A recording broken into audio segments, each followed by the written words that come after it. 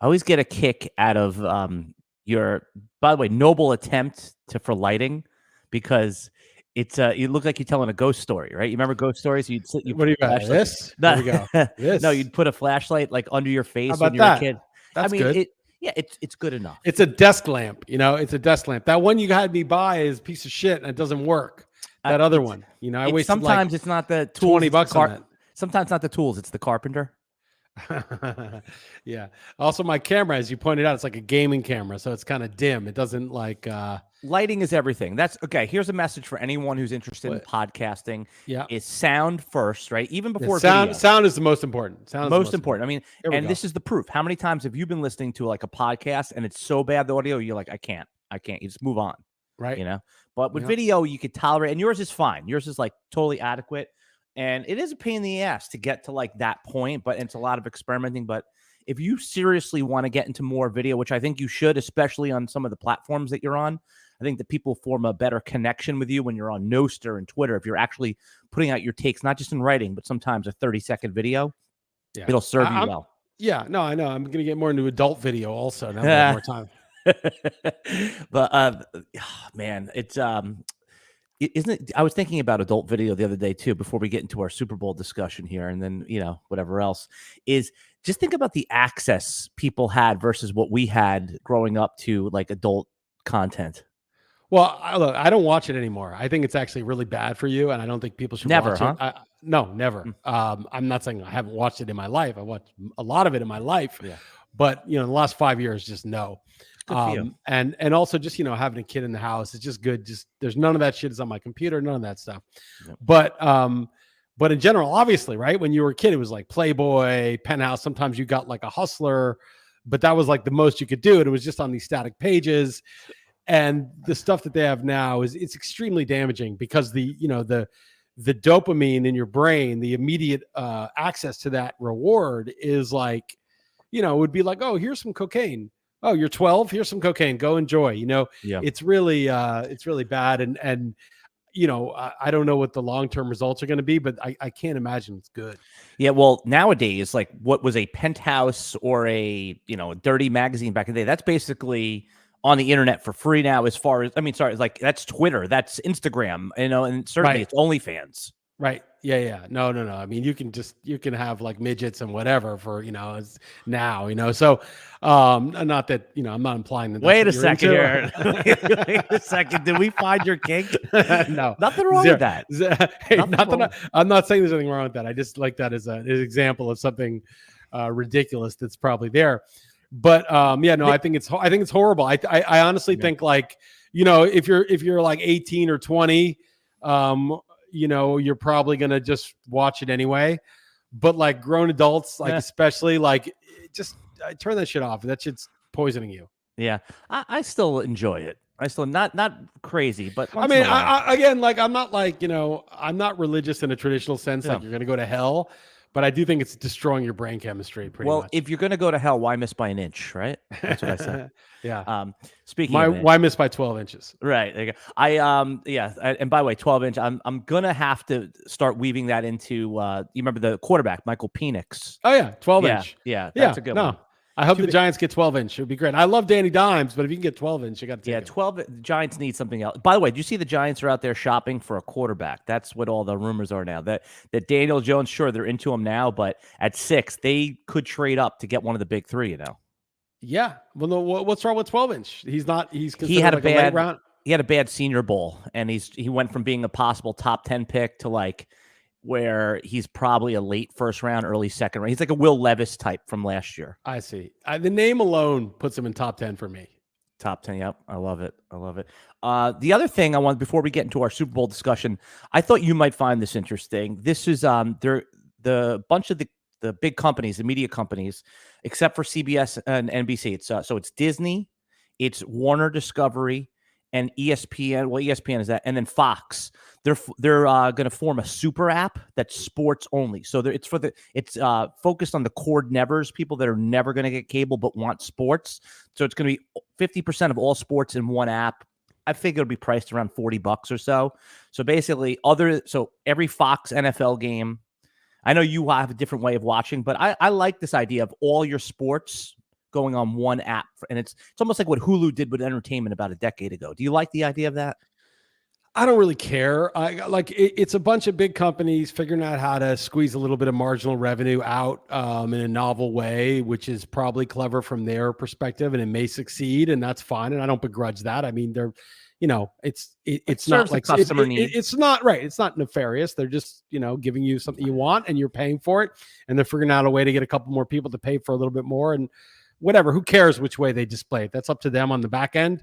But I do think like we're going to be moving to an era where like all those middlemen are not necessary, and it's going to be just direct, like literally the NFL is going to sell, right to the customer without like these media, you're not going to need, advertising is going to get more obsoleted. You're just going to pay like, I think like, once the internet of money and Bitcoin and sats are the currency on the internet, you're just going to be like, I think there'll be packages, but you could also be like, all right, I'll pay $1 to watch the Super Bowl, or 50 cents or 20 cents or whatever directly. And you'll pay for the game you want to watch right there, because you'll have $50 in your browser wallet all the time.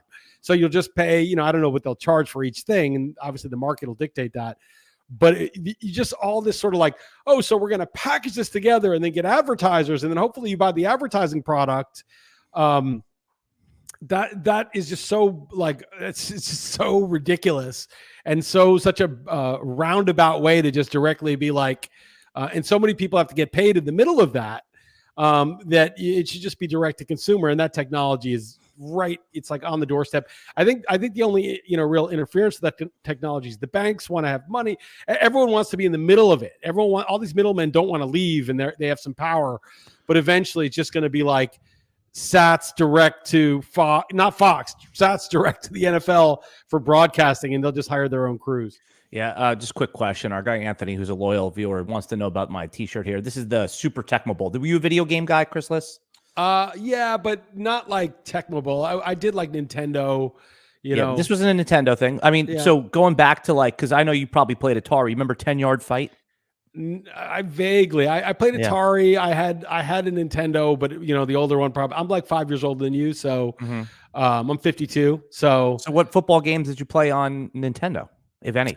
I don't remember. I definitely played RBI Madden. baseball. RBI baseball, I played a lot. Where like the St. Louis Cardinals, all those speed guys, and then you could use like the All-Star team. They had like Mattingly, George Bell, those guys. Yep. Did you ever play Double Dribble on Nintendo? I probably did, but I mostly played the baseball one. I think we played the football one at some point too, but I never played Madden really, because that was sort of after my time. It's hard. Madden was hard. It's like, you have to play more. So I played like the old school video games that weren't, I was into them. But then what sucked is like I had all the video games growing up, and then I would like, they were expensive. So you'd have like 5 or 6 and you'd play them to death. And then your friends would come over and want to play, and you'd be like so bored of it. Right. But they didn't have it. So they would want to play, and then, get annoying. Yeah, I was thinking about the other day. I remember discovering Super Mario Brothers for the first time in like the mid 80s. It was like hours of just unbelievable. On Zelda. All right. Super Bowl. I read your article on Super Bowl. You're kind of over football, so this will be a good roundup to everything here. But I have some topics I think that will stimulate you a little bit. Starting with the one that you wrote about is that I was on the Chiefs too. You're on the Chiefs, and we'll get into the reasons why.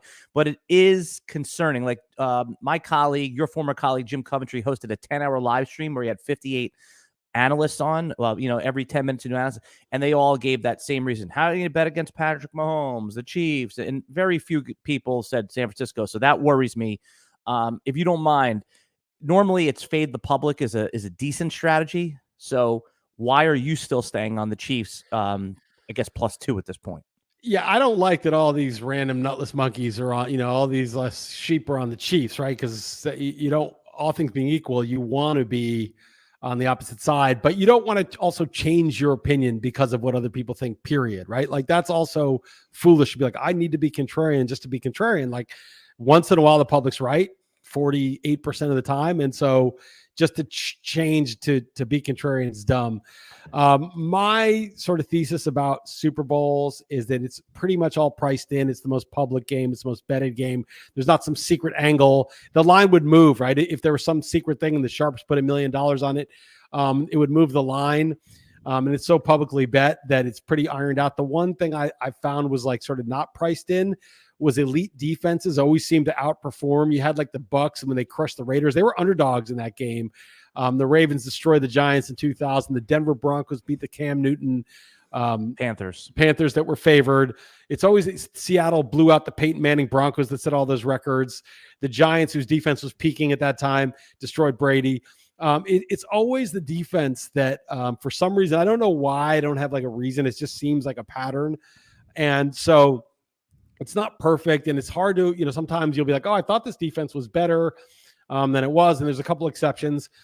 But if you look at it on the season, right, the Chiefs allowed 4.7 yards per play, which is borderline elite. It's not like elite. They're like top What's 5. League average? What's about? It's probably like 5.5. And the Niners were at 5.0. So there's only 0.3, but that's a lot. I mean, it's not like a lot, but it's meaningful, but it's not huge. But it's not just sort of the average, right? The average is one thing, but also what are they doing now, right? And then you look how the Chiefs, they went into Buffalo and Josh Allen had like 160 yards passing. They went into Baltimore and shut down Lamar Jackson. The Niners, by contrast, hosted the Packers and the Lions and almost lost both those games and gave up a lot of yards. So if you look how they're playing now, the Chiefs defense is definitely the better defense right now. I'm not talking about personnel. I'm just talking about their pass defense especially is playing well. So that to me is sort of the reason I like the Chiefs to outperform the line. The offenses, it's all, Mahomes is great, but the rest of the Niners offense is really good. They both have offensive mastermind play callers. I feel like all that's kind of known. But if I'm going to bet a Super Bowl, I like to go with the team with the defense. I like when the defense is underappreciated. I think the Chiefs defense is playing very well now. Spagnuolo has experience playing Super Bowls with the Giants and the defensive coordinator and now the Chiefs. So give me the Chiefs, even though I'm a little bit wary of everybody being on them. And I don't think the Mahomes factor is the reason. I mean, obviously, he's a huge part of being able to offset the Niners having the much better personnel and offense. But I think that the Chiefs defense is the better one right now. Right. But I mean, think about this. If you are down 4 points with one drive left and it's Mahomes, you're happy, right? If you're down one drive and it's Brock Purdy and you're down 4 points, you're like, I'm not sure I'm going to win here. Well, but Purdy with the offensive line and with Debo and McCaffrey and Kittle. And I mean, it's, that whole offense, I would probably take the Niners over the Chiefs, right? But Mahomes obviously is, arguably the greatest of all time. And so that's a huge, huge factor. But who are you facing, right? Like which defense is just really tough against the pass? Which defense is really hard to throw on? Chris Jones is one of these, going to go to the Hall of Fame. He's one of these guys that in the playoffs is always making that soul crushing play in crunch time too. And just, L'Jarius Sneed and the DBs on the Chiefs. Yeah, I mean, again, it's not like I'm that strong on this. I don't like that everyone's on them, but I almost feel like they're on them for the wrong reason. Yes, Mahomes is a factor. That's completely priced into the line. Obviously, if you had a league average quarterback on the Chiefs, this line would be 8, or something like that, maybe more. But the Chiefs defense, I don't think is entirely appreciated how good they've been playing. All right. So would you do the money line at plus 115, or would you prefer are you going to take it at the plus 2? And I'd probably do the money line, maybe both. This game could be a 1-point game or something like that. A lot of these come down, especially with the 2-point conversion. There's a lot of like scores that end up really coming down to 1 point. So I'll probably do half money line, half against the spread. All right. And then the other way, you've heard this a million times, that people say, hey, if you'd like the team, bet Mahomes MVP. Right. Just what is the odds of Mahomes MVP? I believe I'll look it up, but I believe it's like it might be minus 120. Oh, no, sorry. It's plus 150. I'm going to look it up as we're talking. It's got to be higher than the money line, right? Right. Win if they lose. And so it's got to be at least plus 140 or something like that. If the money line is plus 115. But okay. So it's plus 140, as you just said, you nailed it. Very good. There we go. So would you at least that? I because this game could be like 19-16, and Butker, I don't think he'll win MVP, but kicks 4 50-yard field goals, or there's 2 picks by Snead or safety, or Chris Jones has just a crushing sack and 2 deflection. Who knows, or a sack fumble. So I think I would rather stick with the money line than Mahomes, but plus 140 is fair. I think that compensates you adequately for the risk that someone else wins MVP. So a couple, I titled this outrageous props. So I have a couple outrageous ones. Again, not totally outrageous. Just, we're talking about like MVP right now. So how about Travis Kelce going with Narrative Street that, the NFL, everything kind of goofy with the Taylor Swift stuff, plus 1,400 on Travis Kelce. He could have one of those like reverses they run on the goal line, or he could throw one, or I don't think that's going to happen, but let's say Kelce goes 11 catches for 140 and 2 touchdowns, right? Like that's plausible. Mm-hmm. Is he going to beat out Mahomes in that case? Well, yeah, maybe if nobody else does anything, right? But if Rashee Rice catches one and then Mahomes runs one, then you can't. Yeah, but 14 again, I think that's fair. There's the narrative thing, maybe could be. And Mahomes has won 2 of the, both MVPs, and when they've in the last 2 Super Bowls. So it's not in a row. The last 2, they won. So maybe there's a little fatigue on Mahomes sometimes. I mean, it's a voter subjective thing. Yeah, but voters, they're really going to be like, I think the NFL too. If you want to get into like Narrative Street, like Brady was criticized in the NFL for being soft this year. Brady versus Mahomes is really the only question anymore of who's the greatest. You give Mahomes a 3rd Super Bowl MVP. That's pretty good. But I don't really care about all that. Unless you think the NFL's fixed. No. I don't really care about all that. I think that I think the odds are more or less correct that if the Chiefs win it, what's Chris Jones to an MVP? I think that might be it's like plus 10,000 or something like that. 100 to 1. Because let me double check that. It might be. Yeah. Let me see. Super Bowl. Here we go. Because to me that would be interesting. The thing is that I remember Justin Tuck was 50 to 1, and I bet him in the Giants, and he should have won it. Eli didn't have a great game, and Eli still won it, and I was pissed because I would have made a lot of money on that. So by the way, the bet that I'm making here is not this. Is the one I put down. No non-QB to win the Super Bowl is plus 200. I made that one. So non-QB to win the Super Bowl MVP is plus 200. Plus 200, and I dug this up here. 10 of the last 10, 4 were non-QBs. Right, but you're basically saying the Niners are going to win the Super Bowl because Purdy. If the Niners win, there's a good chance it's not Purdy, right? Because it could be any of those guys. You want to hear the last 10? Yeah, the last 10 were Malcolm Smith on linebacker, Seattle. Right. Tom Brady, Von Miller, linebacker, Denver. Tom Brady, Nick Foles, Julian Edelman, wide receiver, Patrick Mahomes, Tom Brady, Cooper Kupp, and Patrick Mahomes. Right. It really is team dependent, right? Like it's like if you have that superstar MVP level quarterback, he's much more likely to win. And if you have Brock Purdy, he's much less likely to win, because not only is it, a voter thing and a narrative thing, but it's also the game plan, right? Like Kyle Shanahan probably wants Christian McCaffrey to get the ball 25 to 30 times. Patrick Mahomes is going to have the ball in his hands, as much as possible. So it's even game plan driven, who wins MVP also. So I plus 10,000 Chris Jones. Yeah. 100 to 1. As I said, Justin Tuck should have won it, and I had him. Maybe it was the second one I had him, and he still had a case to win it. But Eli still won it, and Eli wasn't one of those QBs that was guaranteed to win it. So it's going to be tough for just, you'd have to have just a defensive struggle. And, in Vegas, the conditions are going to be perfect. It's not like you're outdoors in a freezing blizzard or something like that, where it's a defensive game. So yeah, it'd be fun to put, $10 down on that or something. On DraftKings, Mahomes plus 125, so lower than than the article I just read. The bigger sports books are like the shittier odds. Like DraftKings is shaving more rake. As they should, because people are going to bet it anyway.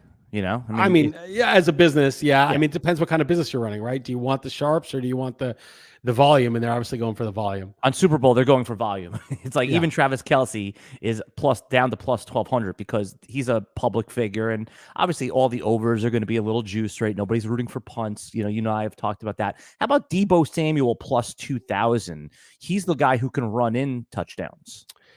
Yeah, I mean, if the Niners win, right? Yeah, that's what we're talking about. 50% chance that Purdy wins, and then everything else is kind of open season. It's like, I don't know what the chances are that Purdy wins if the Niners win, but it's got to be around 50. It's not like 80 or 90% like Mahomes. It's like 50%. And then McCaffrey's obviously the obvious. And then after McCaffrey, Debo's probably number 2. Nick Bosa, Kittle. What's Bosa at? Nick Bosa plus 7,500. Yeah, so it's obviously it's lower than Chris Jones because if the Niners win, there's a bigger chance that it's Bosa. And they're also favored, so it's a little lower. But Bosa's an interesting one. Yeah. What about like Fred Warner or someone like that? So Fred Warner, that's actually a good one right there. So Fred Warner, MVP. I'm looking it up now. I don't even see. Oh, yeah, plus 12,000. Yeah, 120 to 1. I mean, so here's the thing, right? Like somebody's going to guard Kelce, and I think Kelce's had an easy matchup against Buffalo. They had a guy like off the street covering him, and he dominated. And they said, "Oh, they're going to shut him down. Baltimore has really good linebackers," and he dominated again. So a lot of it's just the rapport with Mahomes, and he knows where he's going to be, and it's very hard to deal with that. But if you're the Niners, right, like you're probably going to try to take Kelce away and make even Rashee Rice, who's not used to this kind of moment and this kind of thing, I would try to take him away and try to let someone else Snead on him. I mean, not Snead. I was thinking of Ayuk for a second. Yeah. But you want to double Kelce and you try to say put the pressure on the rookie. Yeah, I put the pressure on a rookie who's not, been there before, who doesn't, Rashee Rice has definitely progressed and he and Mahomes are on the same page, but it's not that sort of like sixth sense where like they know exactly what each other are going to do. Obviously, Kelce and Mahomes is like Gronk and Brady. It's just they're so familiar. I would, so you could see Kelce get taken away, and the guy take him away, and if he makes a pick, and the Niners win, that guy could win MVP, especially if let's say Purdy hands off to McCaffrey 25 times, and McCaffrey goes 25 for like 82 and a short touchdown, and has like 4 catches for 28. Okay, and Deebo has like a touchdown at 62 yards. Ayuk has a touchdown at 70 yards. Purdy's got like, 220 and 2 touchdowns and 2 picks. And it's like a 31-30 game.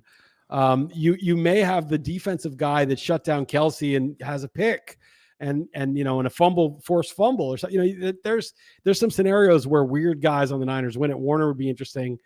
But there, it could be Bosa, it could be Warner, it could be a random that we don't even see coming. Well, that's why I like the non-QB. You get a lot of those guys in there too. It's not great. But you're only getting 2 to 1. I mean, it's like you really want to get like to me, like, look, I don't care about winning $50. Like, I want to put $50 down and win like a couple grand. That's the fun of it. Yeah. Couple other. We're going to talk about anytime touchdowns in a minute, also, because I think that one's a popular one. What you talking about, like the nutless monkeys, all on the Chiefs side. The other bet that like everybody is on is the Isaiah Pacheco overs. It's like 68, 66 on yardage right there. I mean, I hate to agree with the crowds again, but it seems like if they're going to run the ball and that would be a smash, right? I mean, is that, or can you see, because I really do want to fade the public on the Isaiah Pacheco stuff, because there's literally, that was like 90% of people that came on the live stream said that. Anything there with the? Yeah, I mean, I don't have a strong opinion on Pacheco. I think he's a good running back. I think that, he's the only game in town really for them. And so, especially if the Chiefs are winning or competitive, he should get 20 carries. I mean, he should. The Niners probably know they want to do that. But I mean, Kelce, Pacheco, and Rashee Rice, there's really 3 guys on the Chiefs that get the ball, right? Like these like MVSs, and I don't know if Kadarius Toney's going to play. He's back. No, he's back. He's going to play. I mean, these guys are very dangerous. The fumble penalty, like the Mecole Hardmans and Kadarius Toney. It's like I don't even know why they're playing with fire. You need like a DeMarcus Robinson, like a total scrub who'll just block and not make a mistake. Like Tony Chiefs, Tony had a touchdown last year. Oh, he was actually important in last year's Super Bowl. And so was Sky Moore last year. Yeah, Sky Less, or ground more. I mean, these guys are scrubs. I mean, they're not just scrubs. Scrubs are okay. Like Demarcus Robinson's a scrub, but he blocks. Or who was the guy on the Niners? Juwan Jennings. No, who's the guy? Yeah, Juwan Jennings, Kyle Juszczyk. Yeah. These guys. Well, Juszczyk, is kind of famous, but Juwan, these like blocking types that you're like, that guy's useful, right? Like that helps, but. Man, Kadarius Toney is just like, you're really rolling the dice on that guy. Yeah. So anytime touchdown stuff is interesting because, all right, you're not going to get any value on the McCaffrey stuff. It's like minus 200 plus at this point. So if you really want the McCaffrey stuff, you have to go first touchdown or last touchdown because that's where you get like the plus 400-ish odds. Right. But is there one of the ones I made here was I like Kittle. What's Kittle getting? At any time touchdown? Yeah. Oh, no, or first touchdown. Okay, so I'll give you the difference right here. This shows you the difference. So anytime is 165 plus one. Oh, that's it? Okay. Yeah, that's it. But listen to this. First touchdown plus 1,000, last touchdown plus 1,200. Yeah, well, that makes sense because, what's the over-under? Like 50-something? So 47 and a half. Right. So they're projecting probably 6 touchdowns combined. Mm-hmm. So 3 for the if it's 10-1, right, and then you're getting 160, it's 6. It's basically 6 times it's 1/6 the likelihood. So it's like, he's getting one of the 6 touchdowns. So it's all lined up, right? The odds are all kind of, there's no advantage one way or the other between the anytime and the first touchdown. So you were talking about betting a little to win a lot. I took Noah Gray. He had 5 targets in the last game and plus 5,500 first touchdown. That was the one I actually made. Right, which is like plus 1,000 for any time touchdown. So you're saying like they're 1 in 10 chance they'd score a touchdown. Plus 900 for the anytime. Right. It's all divided by 6 basically, right? I mean, that's basically it. So, it's like, well, how many touchdowns did he get on the year? Like 1.5, 2. So, if you think he's going to get a little extra use, then that's fine. But that's it's all going to be commensurate with that. All those odds are very like worked out, in terms of, their usage rate and their touchdown rate per usage. Okay, a couple other outrageous. I'm gonna put that in quotes because I know that these titles. By the way, Jeff Erickson hates the titles too. He was doing a baseball podcast, and listen, I know I put he was trying to do players that like they're not drafting, so I titled it 5 players only idiots will draft, and he's like, dude. So I was like, listen, doesn't like that. Yeah, you're like, oh, people will click on them and be like, did I draft any of these guys? Right, exactly, because the way they title these podcasts before I get in there and retitle them is like 3 players Fred Zinke is not drafting. I'm like, dude, no one's searching Fred Zinke. I love Fred Zinke, by the way, but no one's searching him on YouTube. Sharp player, right?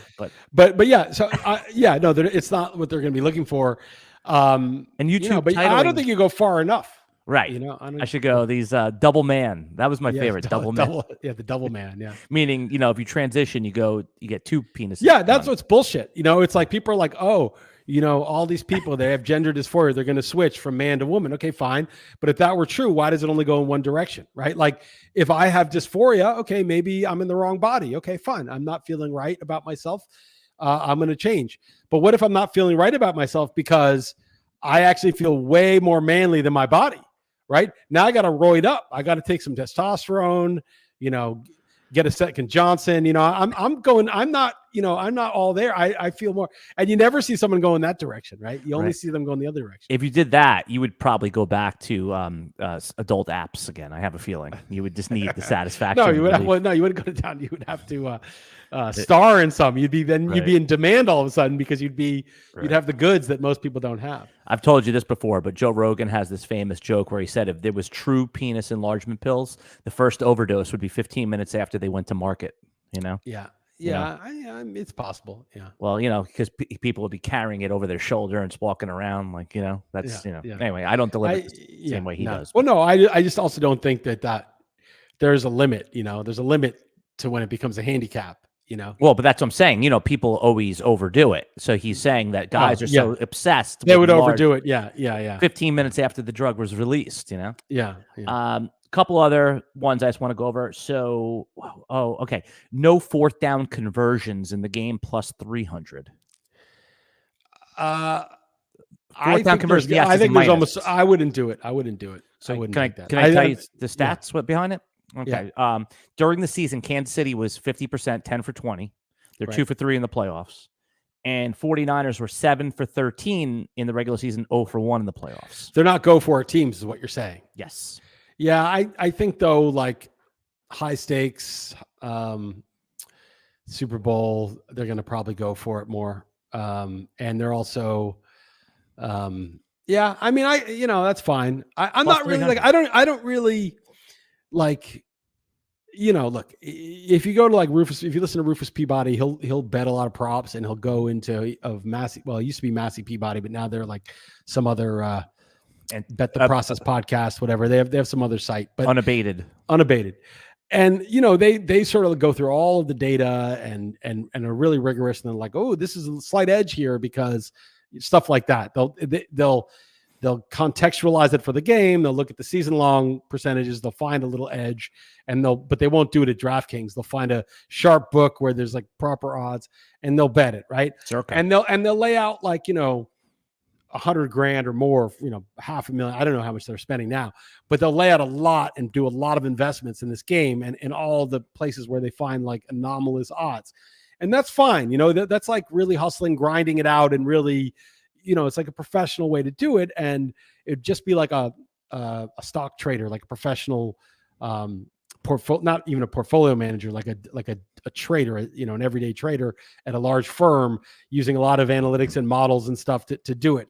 And that's fine. But the person listening to this podcast, anyone listening to us, is not that. And I just feel like that you got to understand it's a different game, right? Like there's like, I was always talking about this. I probably talked about with you, like in the NFFC, there's like the Nelson Sousa guys who have 100 leagues, right? And they're like, well, I've got X amount of share of this guy.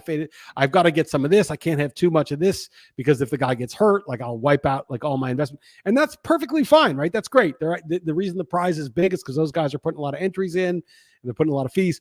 But if you're just like with your one entry, right? Like you don't really want to be thinking like that, right? You just want to be like, who do I like? You're not really trying to max out like this kind of stuff. You're trying to watch the game, have some fun, have a plausible upside play here and there. And so I just don't care about like that slight edge on the slight edge. It's just fun. Like I said, you have a rooting interest. You got to get, so to me, it's like, I bet the game with like, not a lot of money, 500, 300, whatever's in the account. And then I'm cool with like a 20 to 1, 50 to 1, 100 to 1, couple MVP long shot type bets. And that's all I care about. Like this sort of like 4 to 1. If this happens, it's kind of like, I don't know. It's not it's not getting you going anymore. No wonder you're off the adult apps. You started getting down weirder and weirder things to get you going. You needed like a 20 to 1, fetish going on here. Yeah, I mean, you need 20 to 1 to get me out of bed in the morning, and it's like, again, the Super Bowl itself, because I want to have a rooting interest, I'll put a few $100 on it, but I'm not going to put 40 or 50 bucks on these 4 to 1 things. It's just, what's the point, right? Like, again, if I were investing professionally with a large portfolio, like Rufus or somebody, or one of these NFBC guys who has 100 leagues, different story. Of course, 4 to 1, of course, having, being, heavy this person, light this person, just in case. That stuff all makes perfect sense, but that's just not the game I'm playing. Hey, we had a good question here. So, our guy Kyle says, can you explain why you think they'll go for it more on Super Bowl rather than regular season? You said that because you said that a minute ago when we were talking about the fourth down conversions. It's a good question. Yeah, I mean, it might be not true. It might not be true. It just seems like when the stakes are high and it's 4th and 2 on their 44-yard line, it just seems like, are you really going to kick it back to them and let them run out the game with the Super Bowl on the line? Don't you want it in your hands? It seems like maybe there's a bias. This may not be true, but if I were the coach, right, like I might have a bias toward we control our destiny on offense. If it's like, this is it. If you lose, you're out. Whereas in like week 14, you might just be like playing the odds, like let's kick it. We'll see if we can stop them and get the ball back. Something like that, but maybe that's bullshit. Okay. Again, I don't even care about this. Like to me, that's such a people marginal thing. I know, but I don't care about like, oh, it should be minus 330, but it's minus 360, and you're getting like this ever so slight edge. Right. You're never going to get, especially on DraftKings, you're probably not getting any edge at all. So that's why, like, if you're getting 100 to 1 and the true odds would be 100 and 20 to 1. Okay, fine, whatever. But these like marginal things, like I don't think you're going to make any profit on DraftKings. Good lead into our next prop. And again, I won't torture you with more than one or two of these. Right. Okay. But do you know the largest audience ever? Just take a guess. Obviously, just number of people that have watched the Super Bowl. Worldwide or in the U.S.? U.S. The Nielsen rating is always U.S. And let me give you another. They included out of home for the first time. Okay, but I'm saying is it families or television sets or people? People. It's total people because they're able to measure. I'll say 125 million. Okay, so that's interesting. So my guess was like 90 something million. The largest one was 115. Okay, well, right? That's close. So this year the over under they're setting at 122.5, and obviously that's 7 million more. I would still probably take the over. I think they've done a good job of. I know we. The Taylor Swift, yeah, the Taylor that Swift. matters for this Super Bowl. That actually does matter. So this could be the largest Super Bowl ever viewed. And the reason I'm even saying that is that you said you don't care about this stuff, but there is a large audience for this stuff. And I know again you don't care about it, and I understand that, but there is a lot of interest in this game. And I also liked in your article, which is on Real Man Sports, how you're talking about the NFL is so arrogant. They think they can have a 2-week gap in the season and they're still going to garner our interest. Do you think that there should only be a 1-week gap between the games? Well, it's a tough thing because the NFL is so rough that they want these guys to heal up. I think that's the reason for the 2-week gap is so that they're not banged up and you're getting a bye week. You're getting them at their best, right? At their sharpest. And I don't have, I get it. I get why they do it because it makes sense. But personally, I just drafted a baseball team yesterday. I'm super into baseball now. I've got this NFBKC team that's in the top 12. I'm excited about that. Although that team has had some problems last couple of days, but it's like 2 weeks and it's one game, right? Like I'm into the whole slate with all my fantasy and bets and Survivor and everything going on. One game's kind of boring, right? And plus it's on too late here. So I watch the next day. I'm not, tweeting live and whatever, watching. I have an idea how to fix it. I have an idea. So some people are going to hate this idea, but obviously the two losers of the conference championship, right? They play, right? So you have like a first pick, overall pick. I was going to say something with a draft pick, but that doesn't incentivize the teams because the teams don't care about, pick. So you could put a pick in there for the organization, like an extra second round pick at the end of the second round, something like that. But to incentivize the players, you put money in, just like they did with the NBA play-in tournament, $500,000, $250,000. How about you execute the losing team, right? And then that no one cares about the Super Bowl anymore. Now you're like, oh my God, this is the most intense game I've ever seen. Yeah.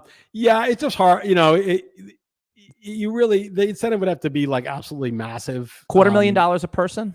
200,000 per person. I feel like they would like put a bunch of scrubs in there and figure out ways to like pay the real guys separately under the table. Money's fungible, so they could always build into contracts an extra $250, then get a bunch of scrubs. But organizationally, you get the extra pick. That's the organization would play them because you get the extra second round pick. Yeah, I think it'd be cool if like you lose a pick if you lose, you get one. Their second round pick goes to you. Interesting. And then there's real incentives on the line. Well, the players still wouldn't care, right? But the organizations would care, and then they would build into the contracts extra money if you play in that game. I don't know, wouldn't care. It's like it becomes the problem with the NBA did this year with that little tournament in the middle, which playing game. I still don't understand. No, in-season tournament. Right. I still don't really understand what that is. But the thing is, like, it's like, look, no. Either like the championship is everything, or there's like multiple things going on at the same time. I guess they're probably modeling it over soccer, which has these like Champions Leagues and other things going on while the main leagues are going on. And you're like, yeah, I don't know. It's just a little weird to have too many different things going on. Couple things about the in-season tournament. One, the Lakers won it and raised a banner. They actually have a banner in there. Yeah, but nobody cares about that. That's ridiculous. I saw our colleague Ken Kreitz did a great video on that. He was goofing on the NBA for doing that. And the other thing is the reason that the NBA is doing like an NCAA style tournament is because they want to sell it as a standalone package to a streamer. So the in-season tournament only available on Amazon Prime. But that's so annoying because it's like, it's not even serious, right? It's not even correct. It's just like a money grab, and this is like the problem. The 17th game of the season. It's like it's not making the product better. It's just trying to make more money, and it's kind of like it's funny what I do. My mom's always like, are you making more money yet with your sites? And your podcast. And I'm like, yeah, it's like, are you making money? It's always, that's the question. I say, Dude, well, so funny. I say, that's not the, I'm trying to ask myself a different question. Like, how am I going to make it more compelling? Value. How am I going to add more value in this? How am I going to, I don't mean value like tell you who to draft or the waiver wire, because I don't give a shit about that, but stuff that I'm interested in. How am I doing a better job making a better product? That's the question I'm asking. And I think that's the question the league should be asking, is like, how do we make a better product, right? Not how do we get more money in the short term, because long term, the better product, and this is a longer rant, but in society, it's like, how do we make more money the next quarter? And then Boeing has these bolts that are like falling off the doors, how do we, and then you have BlackRock, trying to incentivize with DEI stuff. And then it's like, oh, we'll put more institutional money in, and include you in our indexes if you do these incentives that have nothing to do with the product. In fact, they're counterproductive. And so you have society like falling apart, and really the question should always be, how do I add more value to the customer? And the customer then over the long term will see the signal of that and be more loyal and want to spend more money. And so these leagues, it's like, how do we do a cash grab to sell to a streamer? It's like, fuck off, like, and any executive that's doing that, well, they're under pressure, from the owners to squeeze as much. Yeah, but an owner, I mean, they're just like stupid and short-sighted. And it's like, these guys are 80 years old. Some of them are, they're probably going to die soon. And they have 3 ex-wives with, their claws in the, everyone's got their claws in. Yeah, there's just so many, it's just perverse incentives, but so I just have, I kind of just like, the whole thing is bad. And these games, I think the NBA season should be 60 games. And that'll never happen. Yeah, well, you can't put the genie back in the bottle once they've cash grabbed. But I want to see Steph Curry play, 34 minutes a night for every game, and that's not going to happen in an 82 game season unless you want him to get injured. It's not going to happen unless you want half the league, and there already are half the league is out during the playoffs, and the playoffs are like 5 months long, and like by the time it's like. But by the time like the playoffs are done, you're like so sick of it. So, everything is just so screwed up that they just, the sports leagues existed initially because it was such a compelling product, because that was the only basis you had. But whenever these businesses mature and get comfortable, they start to be like, okay, we're set now. Now all we're going to do is try to maximize revenue around the margins. You made the case why the NCAA tournament is so great, right? Because it's, nobody watch. I mean, the casual like myself doesn't watch college basketball until the tournament, or maybe before the conference tournaments, and then it's one and done. I learn all the players, I learn all the guys, I watch all the stories. So that is why the NCAA tournament is so great. The other thing, I just want to rewind a second here. You just made me laugh because you're talking about how your mother's like, you're making money with your podcast, like because my mom does the same thing, right? So like if I'm doing like a show on Sirius XM, do they pay you extra for that? No. The company hired me to do the job. This is what I do when I go referee high school basketball. How much do they pay you for that? It's like our parents' generation was growing up, but that's how your value was measured, with your profession and that the amount of social respect and what you got paid. Whereas again, we're not young men, but this newer generation, and maybe it's dripped into us a little bit, we figured it out. It's about what kind of value, what kind of art are you producing? Well, I mean, I don't think that. I think it's about attention, views, page clicks, Twitter followers, and I think that's just as empty as, even worse. The money's better than that, right? Money is, at least it's like you can spend it. The other stuff is just, if you can't monetize it, you're fucked. You just spend all this time getting views, and what good did that do you? I try to tell that to some of our creators that, and some of our video helpers and stuff, like, what's the purpose of this piece of content? We work for a business. It needs to monetize. Right. Yeah, no, I mean, the money is a good standard. And of course, we can get into Bitcoin and fiat currency and the fact that like this money's being printed and there's all these perverse incentives because of that. And value is being devalued. But long term, you always want to add value. Can you do something that the viewer, the listener values, that the company that you work for values?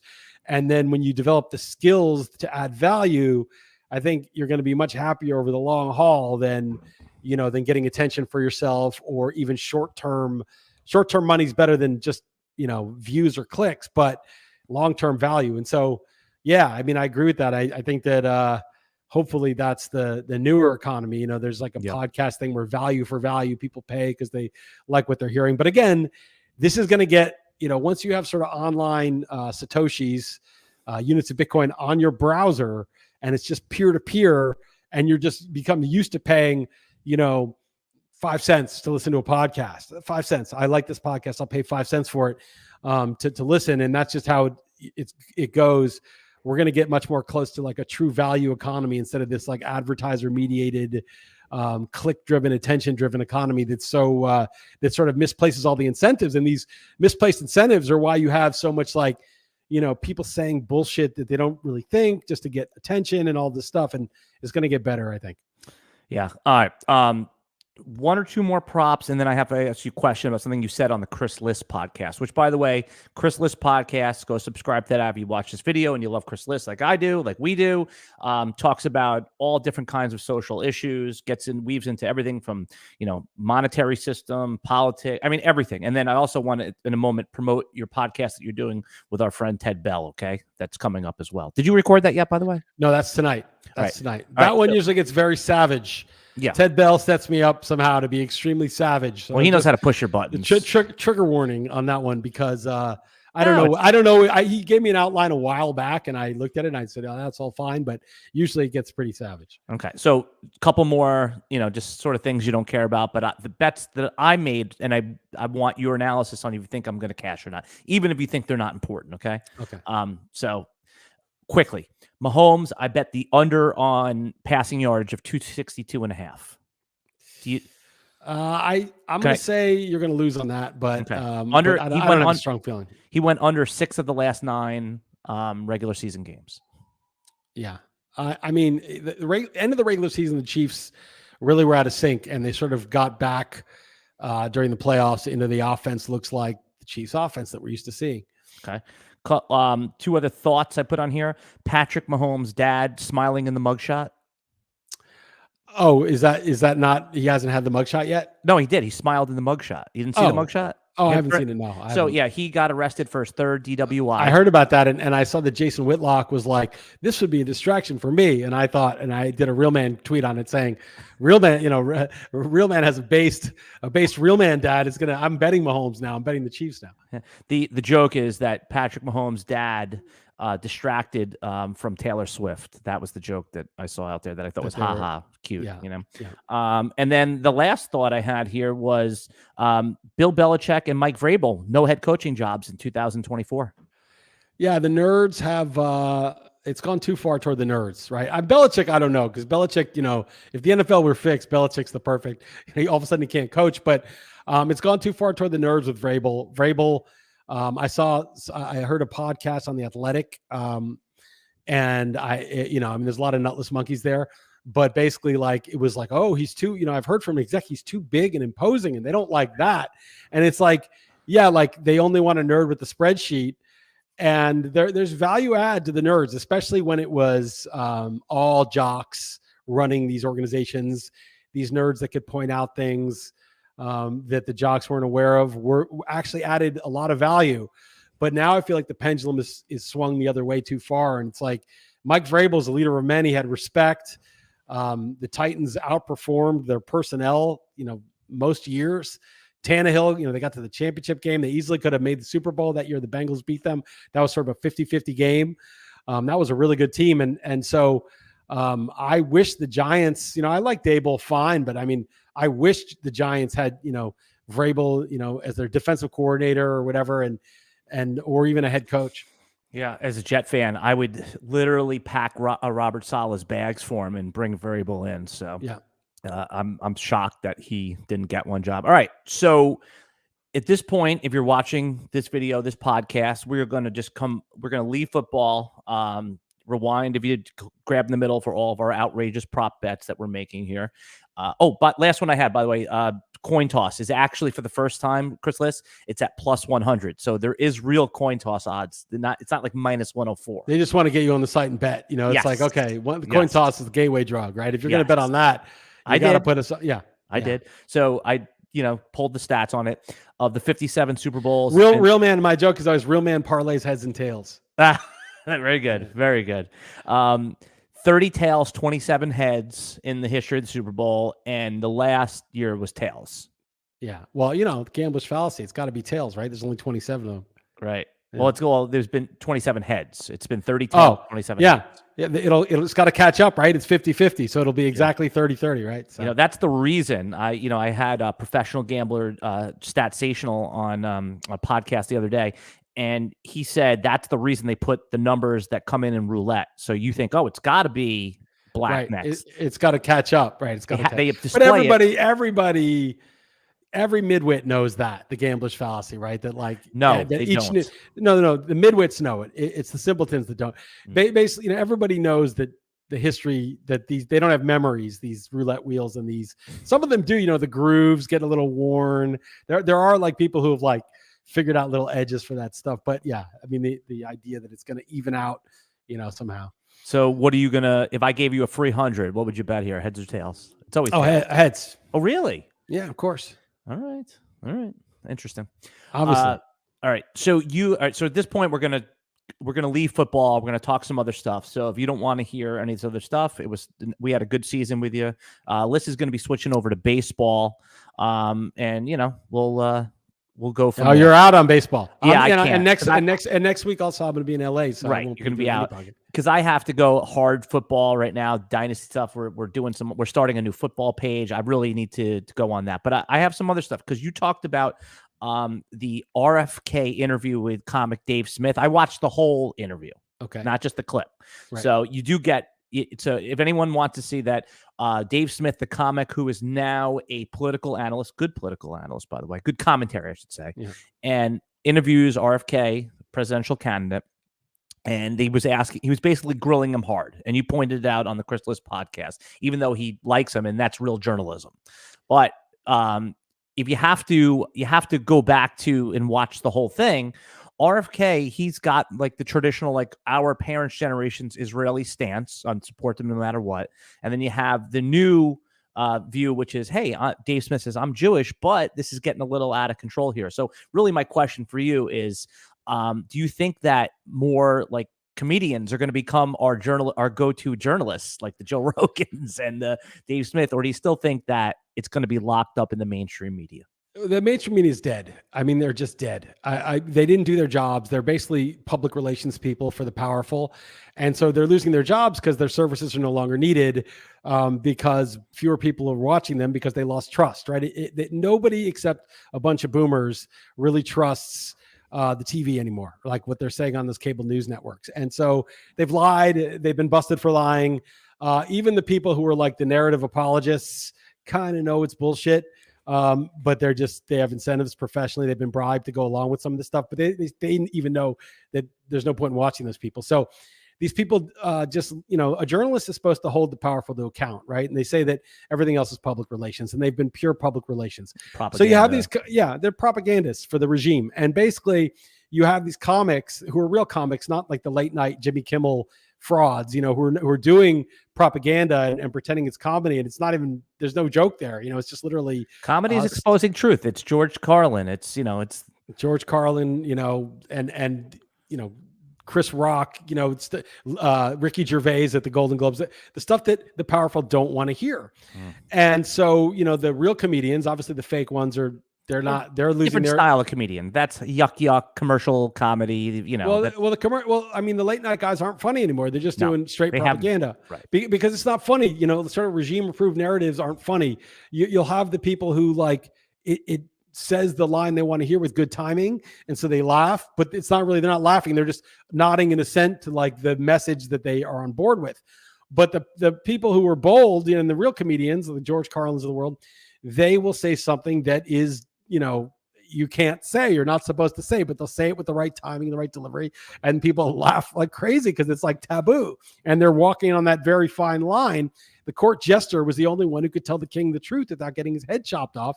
And this is the role of comedians in society these days.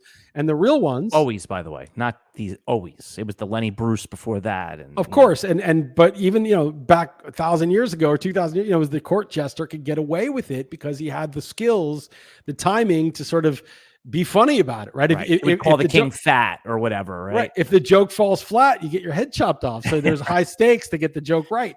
And so everyone could have a good laugh, and it was like a release valve for society. And so some of these guys are more courageous, and Dave Smith's one of them. I mean, now there's more people doing it.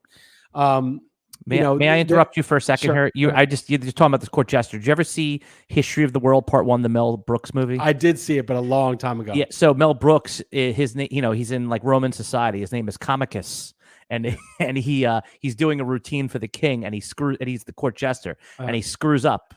And they want his head. So yeah. I'm sure it happened. I'm sure it really happened. You better be funny. You better not ball him here, because you're going to be in big trouble.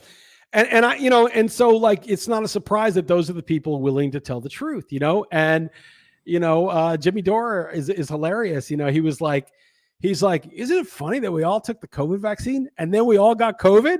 He's like, imagine we took the polio vaccine and then we all got polio, like, and it's just funny, Mm-hmm. Again, none of this stuff is as 2 years ago is very controversial. Now, like, people kind of know, only the laptop class who were kind of bribed not to know. They're the last to know. Yeah. You people listening, you're the last to know.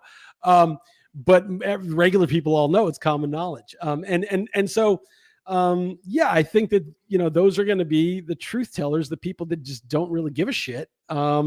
And they function, there's real journalists like, Glenn Greenwald and Matt Taibbi and Tucker Carlson and Mike Schellenberger, and they're doing stuff that's against the regime, and, you're talking to Putin. Oh, you're treason. The people that are risking. Julian Assange is in prison for the stuff that he exposed. The real journalists, obviously. Everybody that, like, they're saying he's treasonous, he's a traitor. Those are journalists, right? The people that they're like, oh, that Facebook whistleblower, showing all the disinformation on Facebook, and they're all praising her in Congress. That's not a whistleblower. That's not a journal.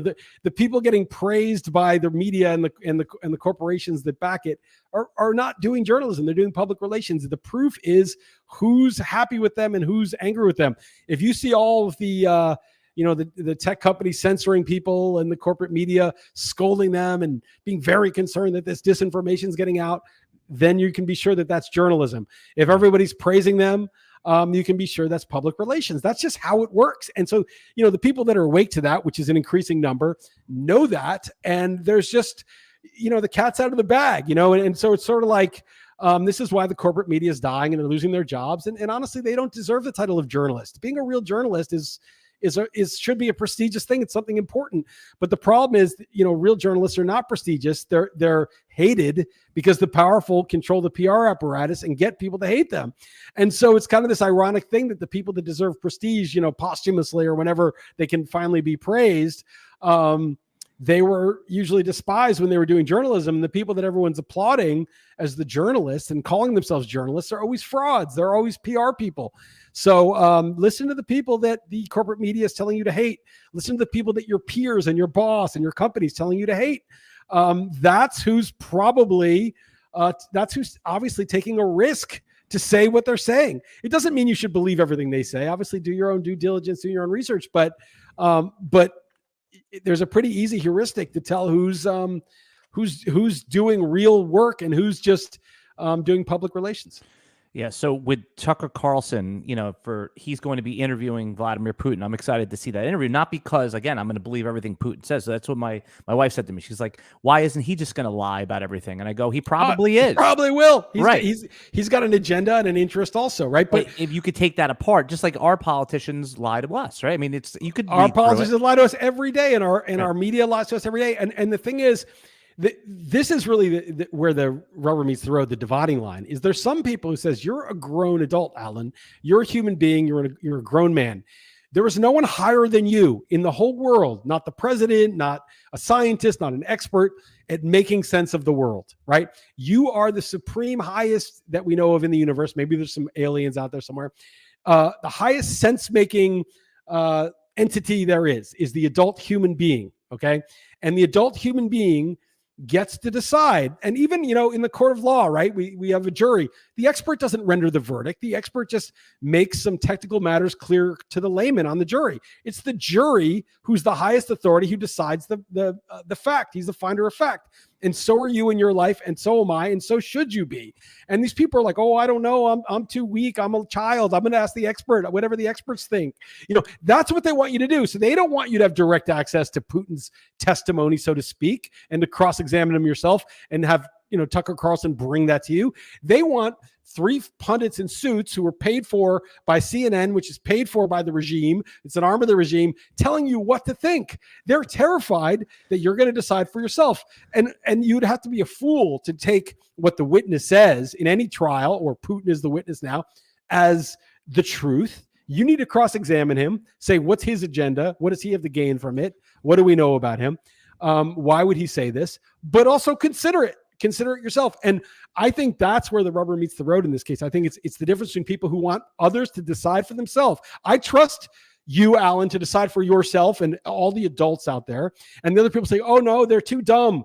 They're going to get fooled by misinformation. Oh, we got to protect them from misinformation. You know what? Those who protect from misinformation are the biggest misinformation spreaders. Oh, there's weapons of mass destruction in Iraq. Who told you that? The New York Times told you that, right? Oh, take this vaccine and you won't get COVID. Who told you that? Rachel Maddow told you that. So the people who purport to be so concerned about misinformation have lied to you demonstrably. So obviously they can't be trusted. So who are you going to trust? Trust yourself. Trust yourself to go over who's reliable, who's not, what sounds plausible, what doesn't, and realize that you're fallible, that you're going to make mistakes, that you're not perfect, but that even though you're imperfect, you should not be outsourcing your sense making to other people. Why? Because you're an adult. You are not a child.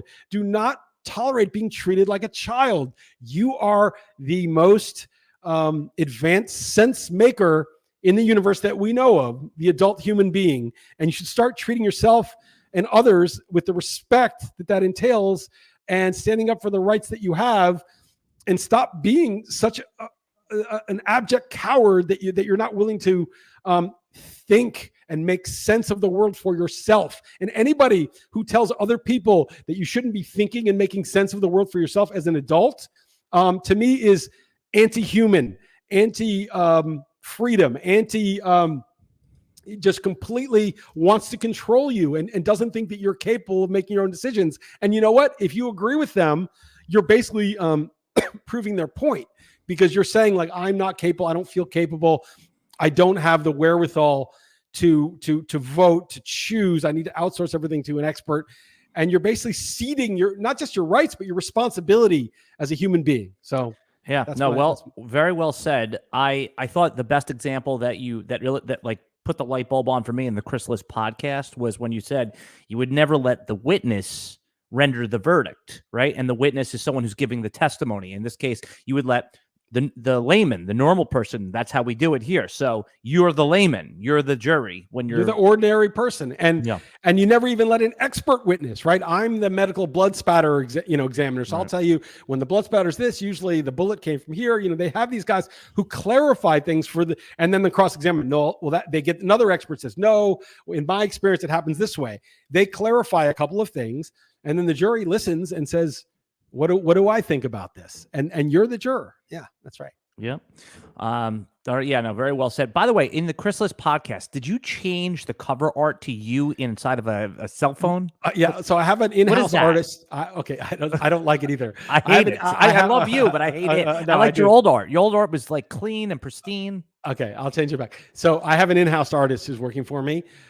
She's 11 years old, and she redesigned. I feel bad. No. I told her I don't like that either. She didn't see how it looks like. Now I feel awful. No. Sasha, no. I love no, don't lie. She needs real feedback. Yeah. But the Real Man Wood got changed to Real Man Sports, and that logo, it matches the color of the ground underneath. She did that for me, and she's good. Hold on, I feel awful now. No, it's fine. So I put it out there. I told her I don't like it, and she was like, it's fine, because sometimes she gets lazy. But no, I'm going to put it back. I'm all for having you on the cover, but inside no. It's too small. Phone. It's like it doesn't make any sense. The cell phone. I told her that. What do you have to do with a cell phone? You know I told her that. But she's like, she thought it was a good idea. So anyway, you're a monster. You're a monster. She won't listen to this. She doesn't. This is why I don't have children, because I don't know how to adult or parent. But I do. No. It's fine. That's totally fine. And I was gonna switch it. I just like put it up there because she said it'll be better. I looked at it. I was like, I don't really think this is better, but I'll go with it for now. But I agree. I was going to switch it anyway. Yeah. So you would also, on the Chris Liss podcast, now that we're talking about parenting an adult, you would told the story about your daughter had two friends, and she was paying more attention to one friend and kind of ignoring the other. The other kid obviously felt a little bad, and you chose not to interfere. See, this is what, and maybe that's probably the right parenting decision. And you can listen to that on the Chris Liss podcast.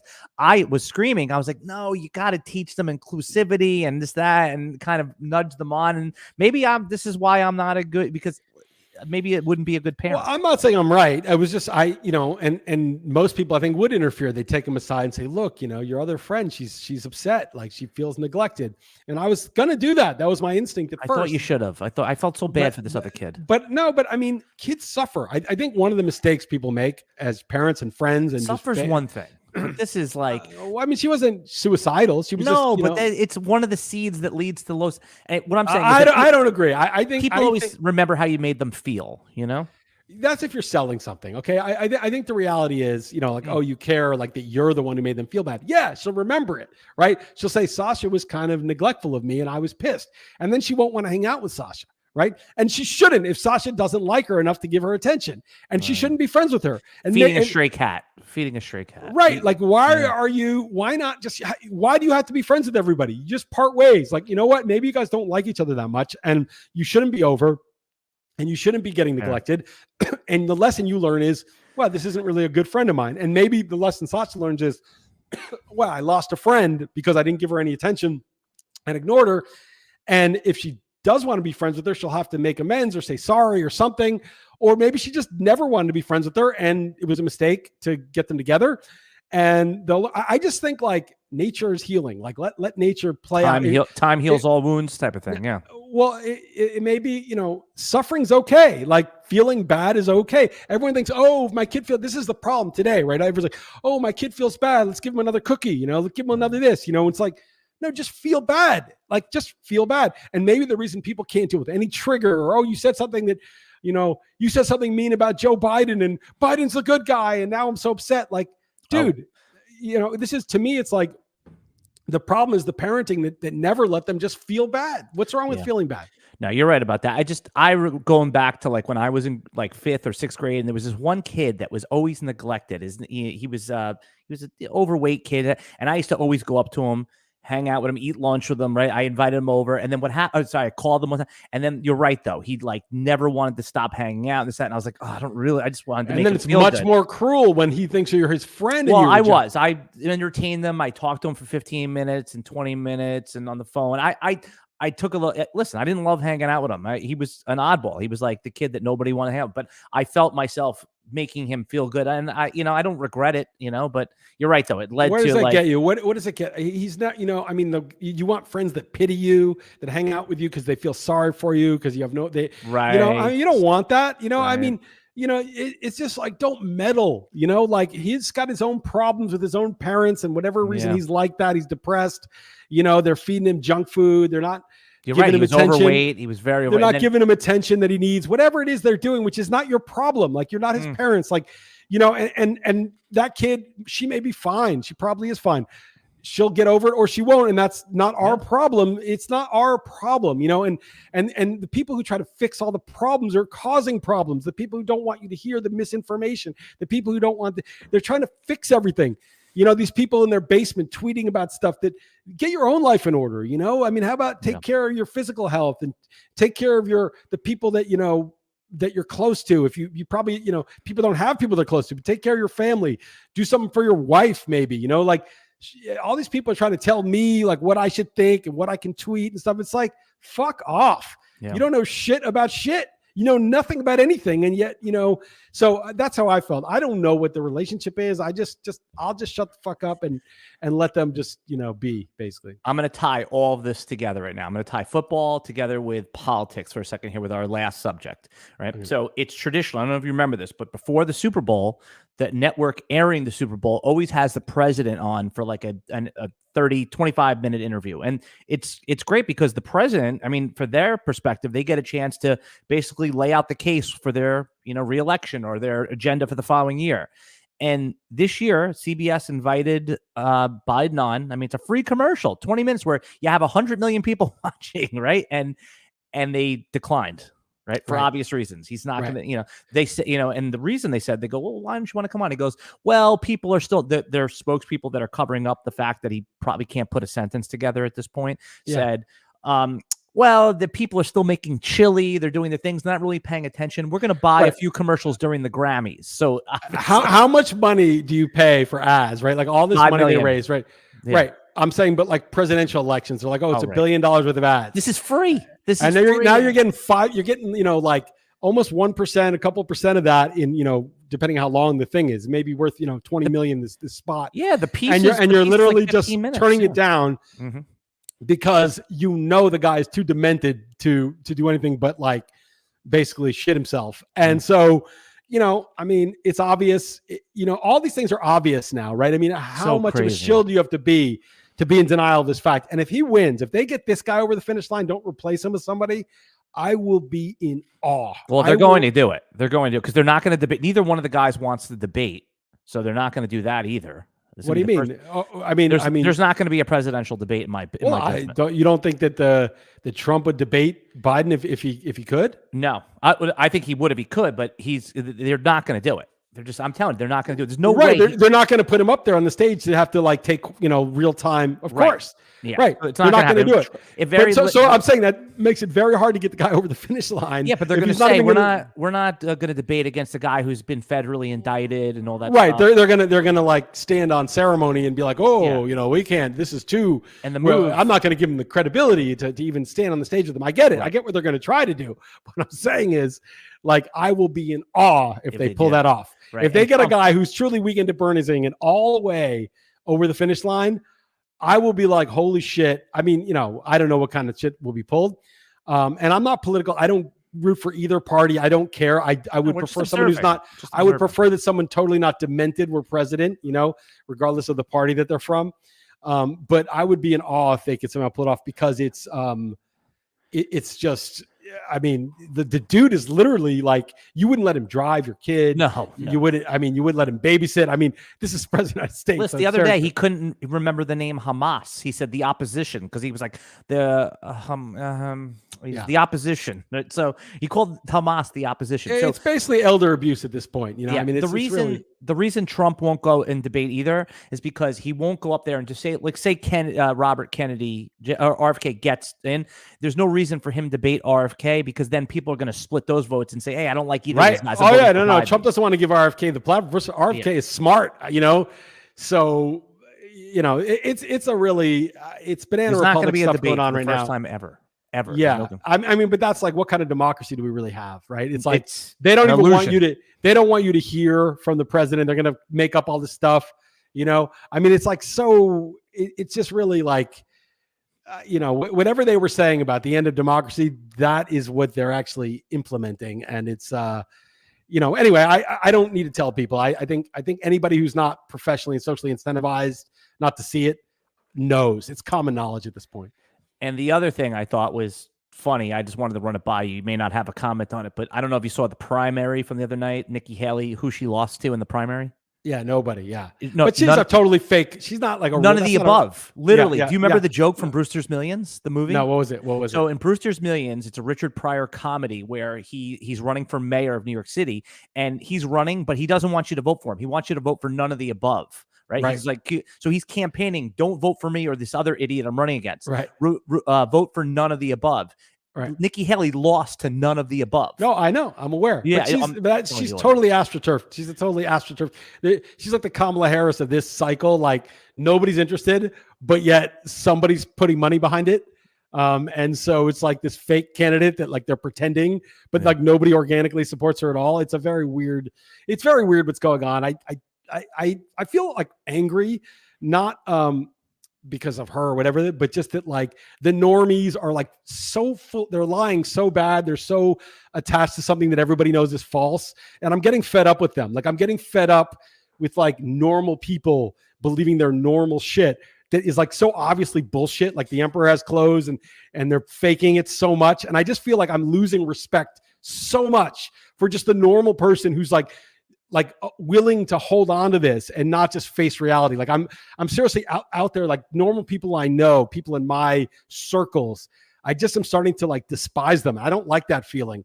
I'm very high opinion of people in general. I think people can make sense of things, but the fact that they're willing to enable such a lie is really starting to wear on me. I'm losing my tolerance for it. Like this pretending, like going along with that like normal people are just like this crazy. I don't know. I'm losing my tolerance. Fair enough. All right, Chris Liss. We started doing this podcast week 1 of the NFL season with some Survivor. Actually, we started a few weeks before that, getting some reps. Right. We're going to wrap here. You're going to continue on. So if you love Chris Liss's stuff like I do, he'll be doing fantasy baseball on the Chris Liss Real Man Sports podcast. This stream, which is going to end up being Fridays at 10:30, is going to be going to Dynasty Fantasy Football. I wish you were a Dynasty guy. We're going to be going heavy into that, where eventually we're going to move this show onto another channel. Go if you want to follow Chris Liss like I do. It's at Chris_Liss at Real Man Sports on X, and then obviously you can follow all his other social platforms from there.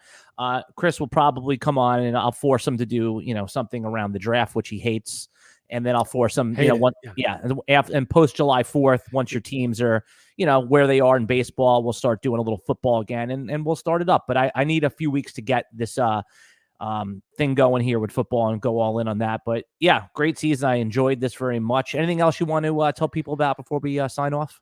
No, realmansports.com, chrisliss.com, and I just hope you don't get fired, Alan. That's all, after all this. Nah. At least I figured I would get a warning first before that. So, I'll go until I get a warning, and then I'll adjust. Okay, we'll see. Well, that's the problem. When you do a lot of different things, I'm not saying I'm the most valuable guy because I'm not even close to that. But when you do you have a skill set that's hard to replicate easily. They would probably warn you. Right. Plus, they're good guys. They wouldn't. I'm just kidding.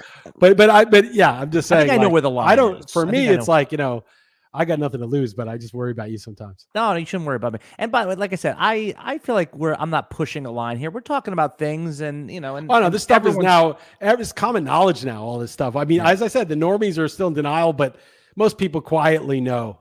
Everyone's replaceable, by the way. So it's not in any sense do I ever feel like that I'm immune from, I could do whatever I want. I don't feel like, in fact, I'm grateful. Don't jinx yourself. You just are like worried. You just jinx yourself. Yeah. Well, I'm grateful for, listen, I know you don't take credit for this, but you're the reason that I'm even working at RotoWire. You were the catalyst that got me to do it, that helped me along and get the job. I did forward that email. I did do that. And it's the best job I've ever had. I hope it never ends for me. I would do this to the day I die. As far as, for this job, it's the best job ever. So. Very good. All right, man. Great season from you. And I'll be looking forward to your podcast with Ted Bell and everything else that you put out during the year.